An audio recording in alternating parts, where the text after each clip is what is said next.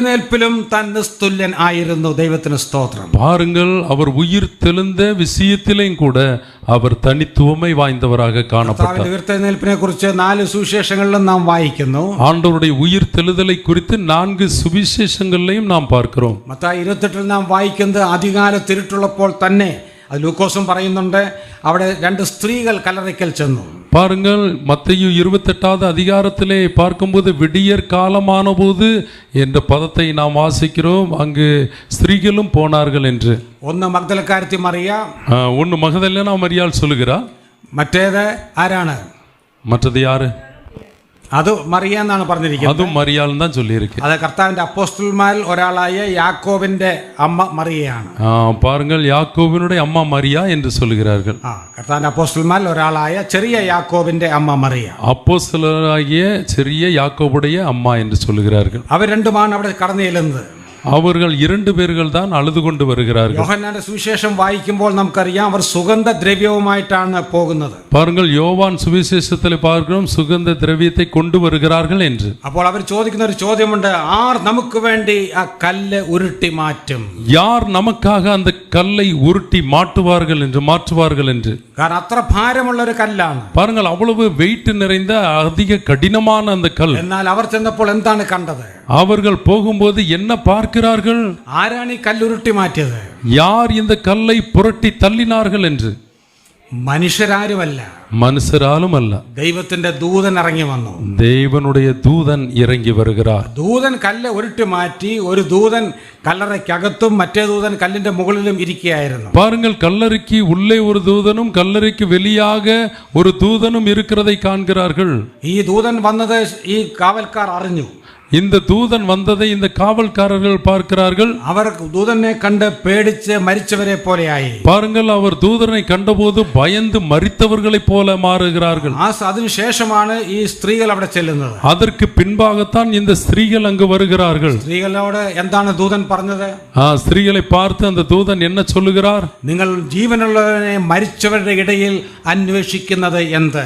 நீங்கள் உயிர் தெழுந்தவரை மரித்தோரிடத்தில் தேடுகிறது என்ன? അവൻ ഇവിടെ ഇല്ല. அவர் இங்கே இல்லை. എവിടെ ഇല്ല? இங்கே இல்லை. യോസഫിന്റെ കല്ലറയ്ക്കുള്ളിൽ ഇല്ല. யோசேப்பினுடைய கல்லறைக்குள் இல்லை. കാരണം മരണമാണ് മനുഷ്യനെ സംബന്ധിച്ച് എല്ലാത്തിന്റെയും അവസാനം. பாருங்கள், மரணம் தான் மனுஷனுக்கு எல்லா முடிவையும் கொண்டு வருகிறது. മരിച്ച് ആരും സ്വയമായിട്ട് ഒരിക്കലും ഉയർത്തെഴുന്നേറ്റിട്ടില്ല. மரித்த யாருமே சுயமாக ஒருவரும் உயிரோடு எழுந்தது இல்லை. എന്നാൽ ദൂതൻ പറഞ്ഞു അവൻ ജീവനുള്ളവനാണ്, മരിച്ചവനല്ല. ஆனால் தூதன் சொல்லுகிறார் அவர் ஜீவனுள்ளவர், மரித்தவர் இல்லை என்று சொல்லுகிறார். അവൻ ഇവിടെ ഇല്ല, இங்கே இல்லை. അവൻ ഉയർത്തെഴുന്നേറ്റിരിക്കുന്നു. அவர் உயிர் தெழுந்தார். അവൻ കിടന്ന സ്ഥലം വന്ന് കാണുമീൻ. வேணும்னா அவர் இருந்த இடத்தை வந்து பாருங்கன்னு சொல்றார். നോക്കുക, എല്ലാ ഉയർത്തെഴുന്നേൽപ്പിന്റെ എല്ലാ തെളിവുകളും ദൂതൻ കൊടുക്കുകയാണ്. பாருங்கள், உயிர் தெழுந்த அவருக்கு எல்லா தெளிவுகளும் தூதர்கள் சொல்லுகிறார்கள். എന്നാൽ സ്ത്രീകൾ കല്ലറയ്ക്കുള്ളിൽ കയറിയില്ല. ஸ்திரீகள் கல்லறைக்கு உள்ளே போகவில்லை. ഇന്നും നമുക്കറിയാം, നാം ആരെങ്കിലും രാത്രിയിൽ കല്ലറയിൽ പോകാറുണ്ടോ? நமக்கு எல்லாமே தெரியும். நாம யாராவது ராத்திரி கல்லறைக்குள்ள போவோமா? പകല് പോലും പോകാൻ ആളുകൾക്ക് പേടിയാണ്. பகல் போல நம்மளால போக முடியாது, பயங்கர பயம். ഈ ശിഷ്യന്മാരെന്ന് പറയുന്ന ആണുങ്ങൾ ആരും ധൈര്യപ്പെട്ട് മുന്നോട്ട് വന്നില്ല. 2 സ്ത്രീകളാണ് മുന്നോട്ട് വന്നത്. பாருங்கள், இந்த புருஷன்மார் அல்லது ஆண்கள் முன்னாடி வரல, ஸ்திரீகள் முன்பதாக வருகிறார்கள். എന്താണ് കല്ലറയിൽ പോകാൻ ആളുകൾ പേടിക്കുന്നത്? எதுக்கு கல்லறைக்கு போறதுக்கு எல்லாருக்குமே பயம்? ഒന്ന് പറഞ്ഞ, എന്തുകൊണ്ടാണ് പേടിക്കുന്നത്? சொல்லுங்க, நீங்களே சொல்லுங்க, எதுக்காக பயப்படுறாங்க? பேயா மாறிடுவோம். അവിടെ നമ്മുടെ ഒരു അന്ധവിശ്വാസമാണ് ദുരാത്മാക്കൾ അവിടെ ഉണ്ട് എന്നുള്ളത്. நம்ம நினைக்கிறோம் துர ஆத்மாக்கள் அல்லது பிசாசு அங்க இருக்கிறாங்கன்னு நினைக்கிறோம். ഒരു പക്ഷേ ഞാൻ ചിന്തിക്കുന്നത്, ഈ മഗ്ദലക്കാരത്തെ മറിയ മറ്റേ മറിയയും ആളുകളെയും വിളിച്ചപ്പോൾ അവര് പറഞ്ഞു കാണും, കല്ലറയ്ക്കിൽ പോകരുത്, അവിടെ ദുരാത്മാക്കളുണ്ട്. பாருங்கள், மகதலேனா மரியாளும் போகும்போது ஒருவேளை மற்றவர்கள் சொல்லியிருப்பார்கள், தயவு செய்து நீங்க கல்லறைக்கு போயிடாதீங்க. ഞാൻ ചിന്തിക്കുന്നത്, അപ്പോൾ മഗ്ദലക്കാരത്തെ മറിയ പറഞ്ഞു, അത് പേടിക്കണ്ട, കാരണം എൻ്റെ ഉള്ളിൽ തന്നെ 7 ദുരാത്മാക്കളുണ്ട്, കർത്താവ് അതിനെ മാറ്റിയതാണ്. பாருங்கள், அதுக்கு மகதலேனா மரியாள் சொல்ற, ஏற்கனவே எனக்குள்ள இருந்த எல்லா ஆவியும் அவரை மாற்றிட்டாரு, நான் எதுக்கு பயப்படணும்? അതുകൊണ്ട് അത് പേടിക്കണ്ട, ഞാൻ തന്നെയാണ് ലീഡർ നിങ്ങളുടെ.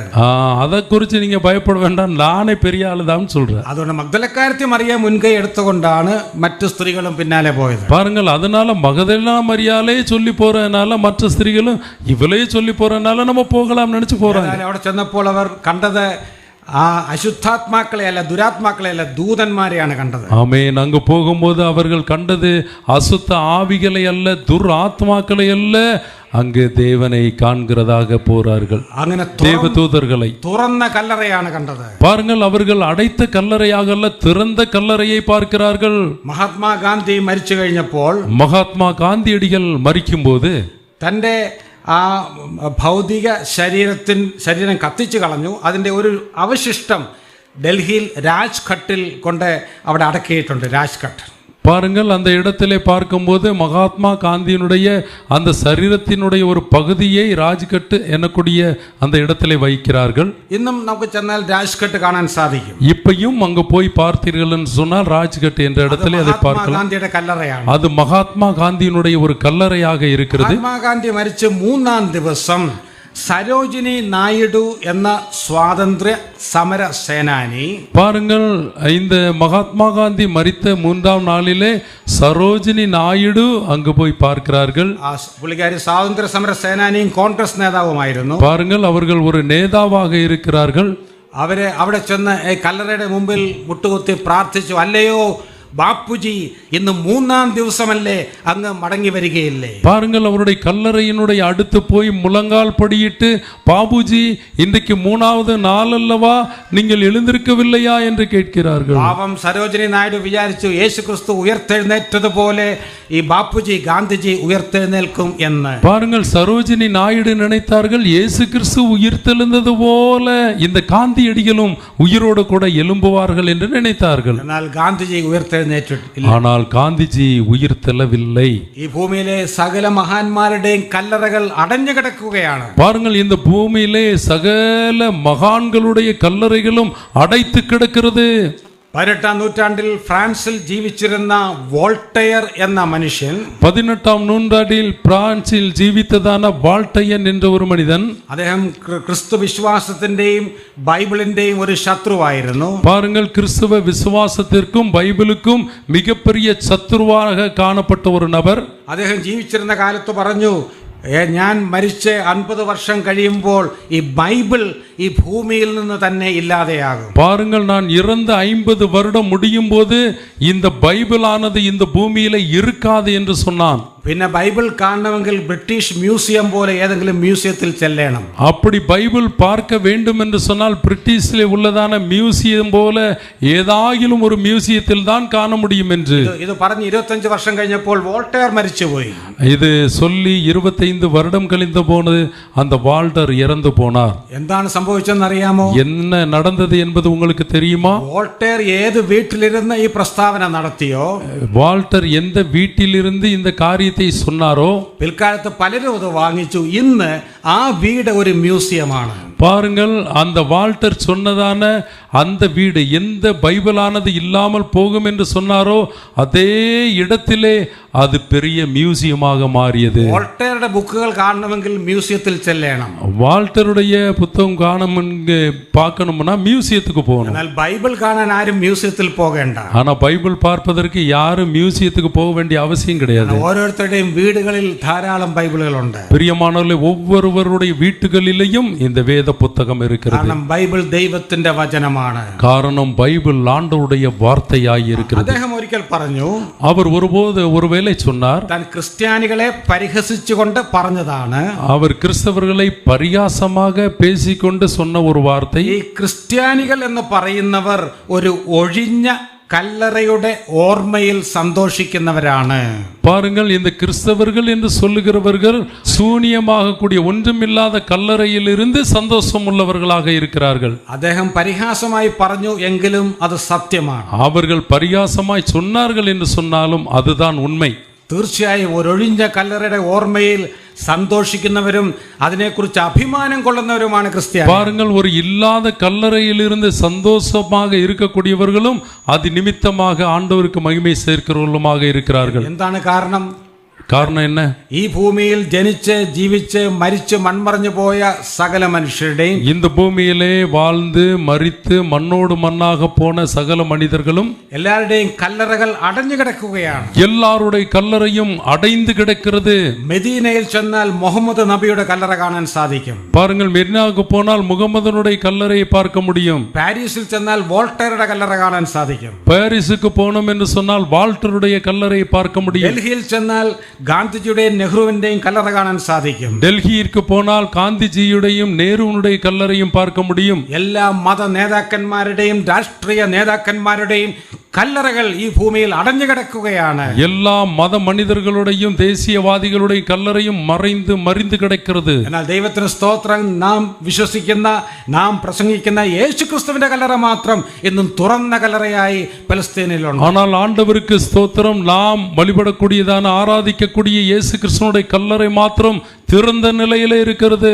ഇന്നും നമുക്ക് ചെന്നാൽ അത് കാണാൻ സാധിക്കും. இப்ப போனாலும் அங்கு பார்க்க முடியும். 2008 ദൈവകൃപയാൽ ഞാനും അവിടെ ചെന്നു ഈ കല്ലറ കാണാൻ. 2008 நானும் அந்த கல்லறை பார்க்க சென்றேன். അതിന് മുമ്പിൽ ഇപ്പോഴും എഴുതി വെച്ചിട്ടുണ്ട്, he is not here, he is risen.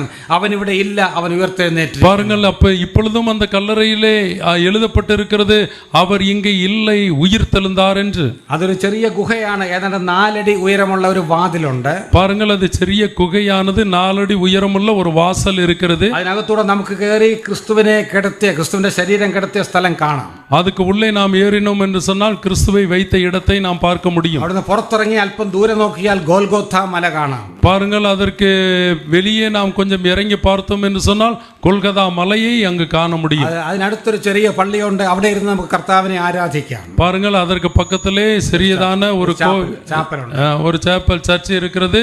அங்கே போனால் நாம் ஆண்டவரை ஆராதிக்க முடியும். അത് വളരെ വളരെ മറക്കാനാവാത്തൊരു അനുഭവമായിരുന്നു ഞങ്ങൾക്ക്. ഒരു വശത്ത് നോക്കിയാൽ ക്രൂശ് കാണാം, മറുവശത്ത് കർത്താവിന്റെ കല്ലറ.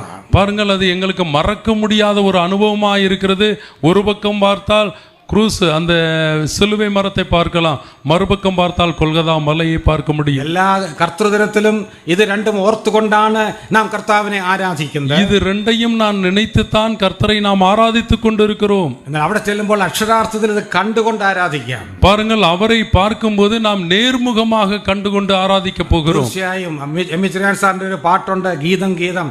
അതിൽ മലയാളത്തിലൊരു വരി ഇങ്ങനെയുണ്ട്, ഉലക മഹാന്മാർ അഖിലരും ഒരുപോൽ ഉറങ്ങുന്നു കല്ലറയിൽ, നമ്മൾ ഉന്നതൻ യേശു മഹേശ്വരൻ മാത്രം ഉയരത്തിൽ വാണിടുന്നു. பாருங்கள், எம் செரியன் ஐயா ஒரு பாடலை இப்படியாக எழுதினார்கள். கீதம் கீதம் ஜெய ஜெயதே கீதம் என்பதை எழுதினார்கள்.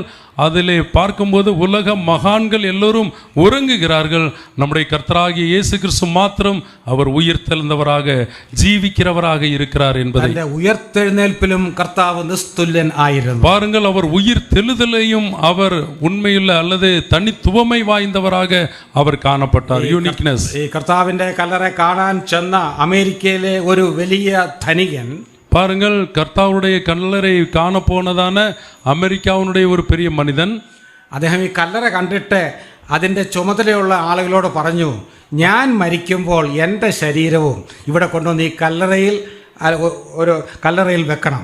பாருங்கள், அவர் சொன்னார் அங்கே உள்ள நபர்களோடு, கர்த்தாவை எப்படி ஆண்டவர் மரித்தாரோ அதுபோல கல்லறையிலே வைத்தீர்கள் அல்லவா, அதுபோல நானும் மரிக்கும் போது இந்த கல்லறையிலே கொண்டு வந்து என்னை வைக்க வேண்டும் என்று சொல்லி. എത്ര കോടി ഡോളർ വേണമെങ്കിലും തരാം, உங்களுக்கு எத்தனை கோடி ரூபாய் கூட நான் கொடுக்கிறேன். അപ്പോൾ അവർ പറഞ്ഞു, അങ്ങനെ ഒരു പതിവ് നമുക്കില്ല, ഇത് കർത്താവിന്റെ കല്ലറയാണ്, അവിടെ വേറെ ആരുടെയും ഡെഡ് ബോഡി വെക്കുകയില്ല. அப்படி நாங்கள் ஒன்றும் செய்ய முடியாது, இது ஆண்டவராகிய இயேசு கிறிஸ்துவினுடைய கல்லறை, வேற எந்த டெட் பாடியும் அந்த மாംസ சரீரத்தை இங்க வைக்க முடியாதுன்னு சொன்னாங்க. അപ്പോൾ ഇദ്ദേഹം വളരെ നിർബന്ധിച്ചു പറഞ്ഞു, എങ്ങനെയെങ്കിലും എന്റെ ശരീരം അവിടെ നിന്ന് വെക്കണം. பாருங்கள், அவர் மிக சொன்னார், எப்படியாவது என்னுடைய சரீரத்தை கொண்டு வந்து இங்கு வைக்க வேண்டும் என்று சொன்னார். അപ്പോൾ അതിന്റെ ചുമതലയുള്ള ആൾ പറഞ്ഞു, அதுக்கு மிக முக்கியமான ஒரு நபர் சொன்னார், ശരി ഞങ്ങൾ വെക്കാം.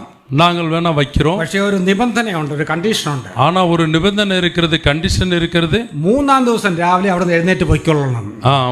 நீங்க இருக்கலாம், ஆனா 3வது நாள் வரும்போது எந்திரிச்சு போயிருங்க. അത് ഉറപ്പുണ്ടെങ്കിൽ വെക്കാമെന്ന് പറഞ്ഞു. அது ஓகேன்னு சொல்லிட்டா நம்ம உடனே வச்சிடலாம். അദ്ദേഹത്തിന് കാര്യം മനസ്സിലായി. பாருங்க, அவருக்கு காரியம் മനസ്സിലാச்சு. അത് നമുക്കാർക്കും ഗ്യാരണ്ടി ചെയ്യാൻ പറ്റത്തില്ല. நமக்கு கேரண்டி இல்லையே. അപ്പോൾ ഞാൻ പറഞ്ഞു വന്നത് ക്രിസ്തുവിന്റെ കല്ലറ ഒഴിഞ്ഞ കല്ലറയാണ്. ஆண்டவராய் இயேசு கிறிஸ்துவினுடைய கல்லறை திறந்த கல்லறை. അതുപോലെ ഒരു കല്ലറ ലോകത്തിലെങ്ങുമില്ല. അതും യേശു ക്രിസ്തുവിന്റെ നിസ്തുല്യത വെളിപ്പെടുത്തുന്നു. பாருங்கள், அதுபோல கல்லறை இந்த உலகத்தில் எதுவுமே இல்லை. அது ஆண்டவராய் இயேசு கிறிஸ்துவினுடைய அந்த தனித்துவமை, நிகரற்ற தன்மையை அது சுட்டி காட்டுகிறது, நிறைவேற்றுகிறது. ഒരു ചോദ്യം ഉദിക്കുന്നു, എന്തിനാണ് ഈ ദൂതൻ വന്ന് ഈ കല്ല് നീക്കി കളഞ്ഞത്, മാറ്റിയത്? பாருங்கள், ஒரு கேள்வி நான் கேட்கிறேன். எதற்காக அந்த தூதன் வந்து இந்த கல்லை புரட்டி தள்ளினார்? എന്തിനു വേണ്ടിയാണെന്നാണ് നിങ്ങൾക്ക് തോന്നുന്നത്? உங்களுக்கு எப்படி தோணுது? எதற்காக இந்த கல்லறை வந்து அந்த தூதன் வந்து அந்த கற்பாறையை தள்ளணும்? இயேசு அங்கு இல்லை என்பதை மற்றவர்கள் எல்லாரும் பார்க்க வேண்டும். പലരും ചിന്തിക്കുന്ന പോലെ യേശു ക്രിസ്തുവിന് പുറത്തു വരുവാൻ വേണ്ടി അല്ല, പിന്നെയോ കടന്നു വന്ന ശിഷ്യന്മാർക്ക് അകത്ത് കടക്കാൻ വേണ്ടിയാണ്. பாருங்கள், இயேசு கிறிஸ்து வெளியே வருவதற்காக அது புரட்டி தள்ளவில்லை, சீசர்கள் உள்ளே போவதற்காக அது தள்ளப்பட்டது. കാരണം കർത്താവ് ഉയർത്തെഴുന്നേറ്റപ്പോൾ ഒരു ഗ്ലോറിഫൈഡ് ബോഡി, തേജസ്കരിക്കപ്പെട്ട ശരീരമാണ് കിട്ടിയത്. അതിന് ഈ കല്ലുകളൊന്നും ഒരു തടസ്സം അല്ല.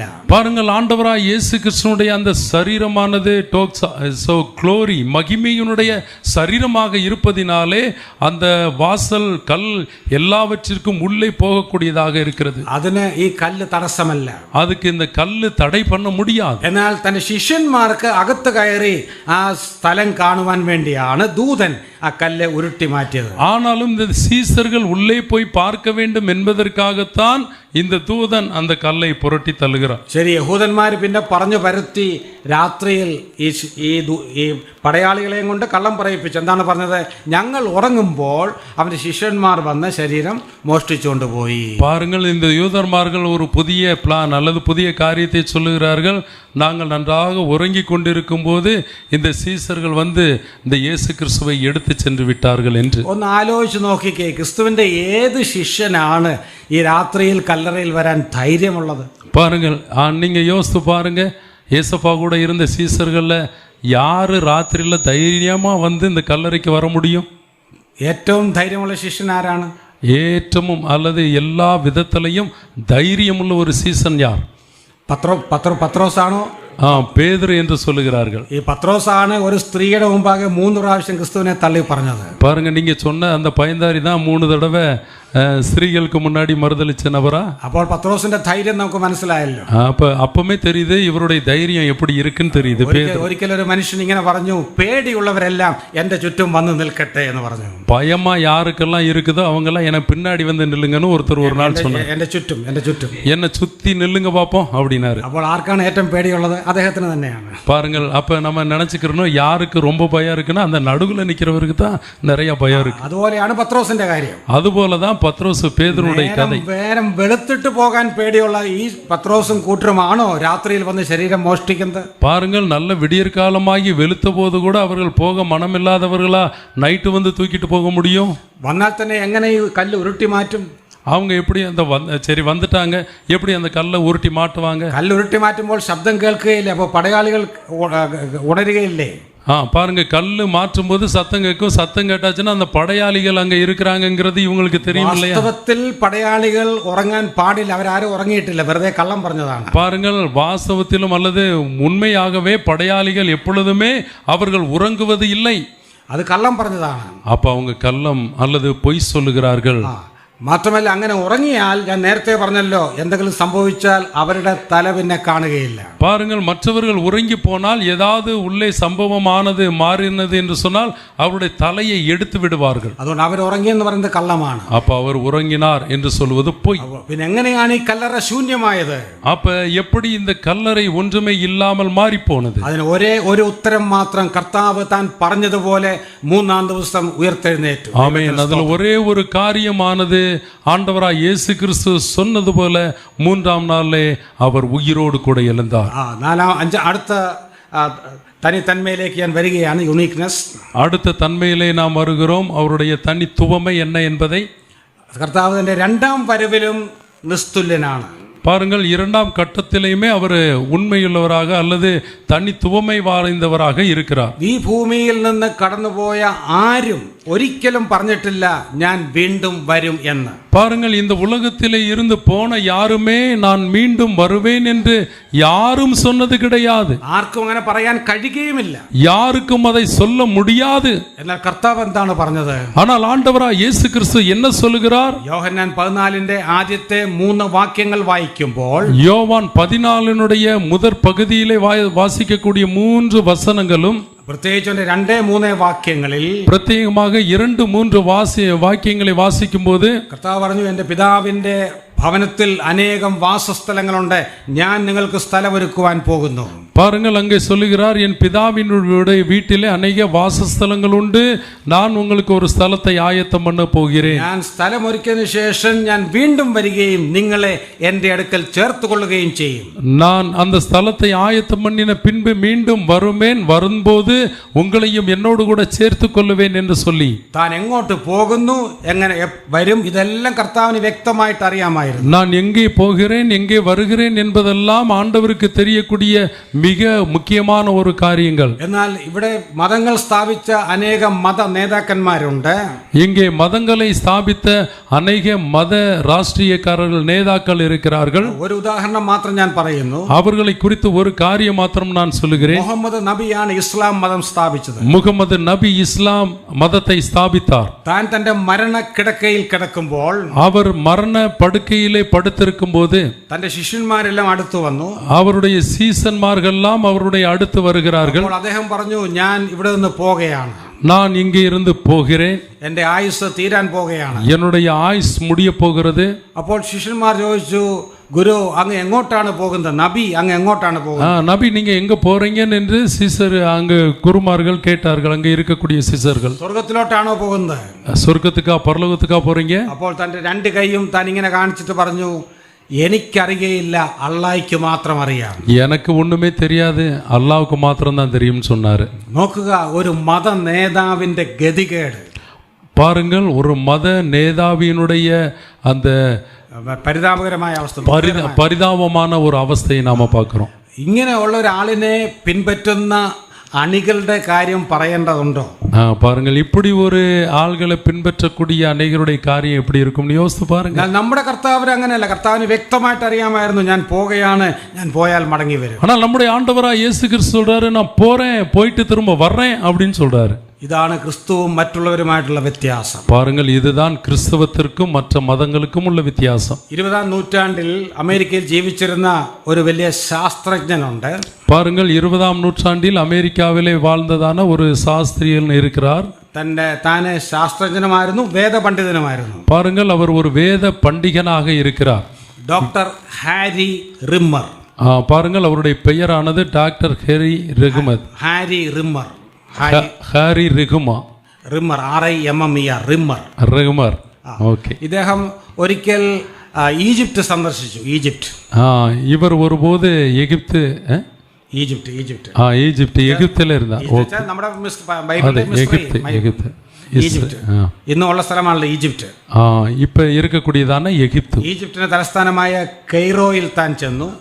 பாருங்கள், எகிப்தினுடைய தலைமையாய் இருக்கக்கூடிய ஏரோதுக்கு செல்கிறார். അവിടെ ചെന്നപ്പോൾ അവിടെ ഒരു യൂണിവേഴ്സിറ്റി തനിക്ക് വലിയൊരു സ്വീകരണം കൊടുത്തു. பாருங்கள், அங்கே போகும்போது ஒரு பல்கலைக்கழகமானது அவருக்கு ஒரு முக்கிய காரியங்களை வகுக்கிறது.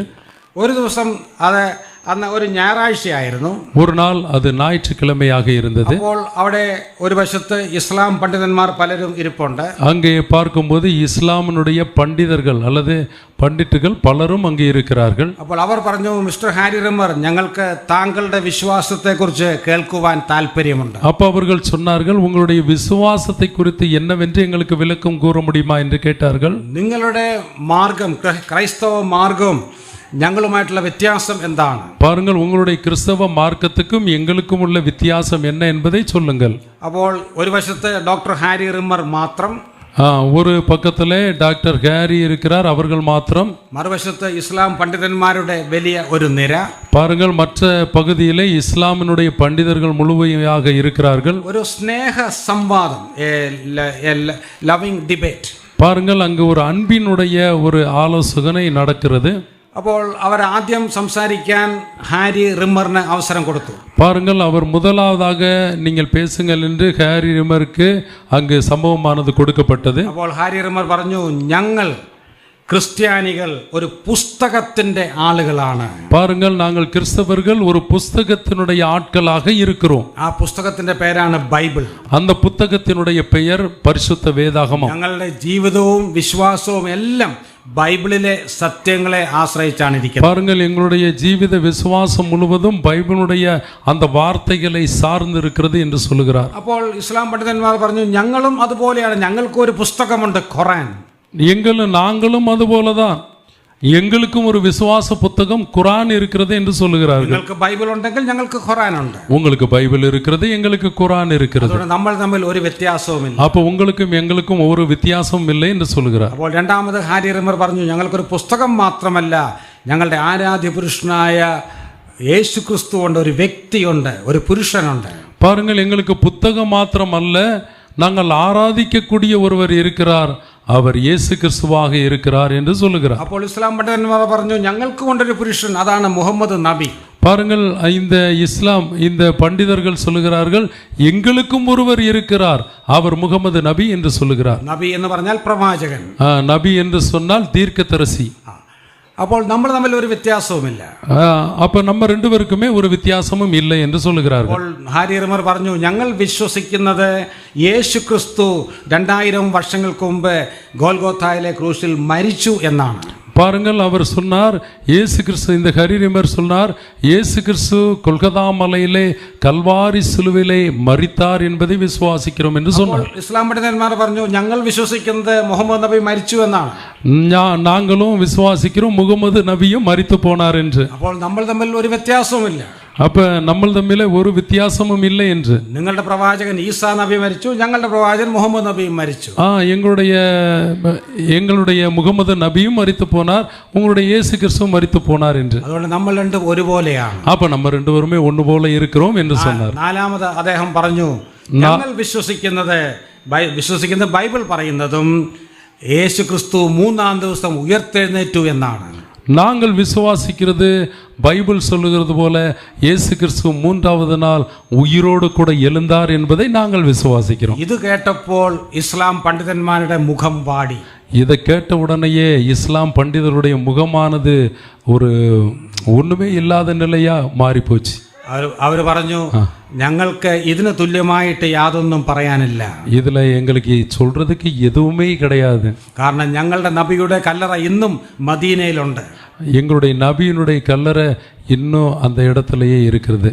ഹാരി റിമർ தொடர்ந்தார், ഞങ്ങൾ വിശ്വസിക്കുന്നത് ഞങ്ങളുടെ കർത്താവ് ഉയർത്തെഴുന്നേറ്റു എന്ന് മാത്രമല്ല, താൻ ഞങ്ങളെ ചേർക്കാൻ വേണ്ടി വേഗം വരും എന്നാണ്.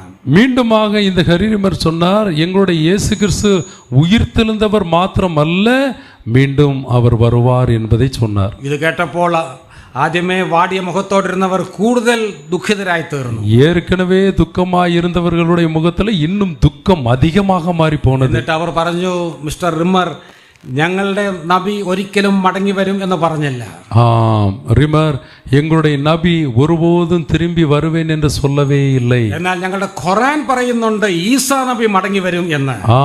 ஆனால் எங்களுடைய குர்ஆன் சொல்லுகிறது ஈசா நபி திரும்பியும் வருவார் என்று சொல்லுகிறது. ആ നബിക്ക് വേണ്ടിയാണ് ഞങ്ങളും കാത്തിരിക്കുന്നത്. அந்த നബിக்கு வேண்டிதான் நாங்களும் காத்திருக்கிறோம் என்று சொன்னார். അവിടെ ആ സംവാദം അവസാനിച്ചു. அப்பதான் அவர்களுக்கு அந்த சம்பவம் புரிந்தது. പ്രിയപ്പെട്ടവരെ, കർത്താവിനെ തുല്യനായിട്ട് കർത്താവ് മാത്രം.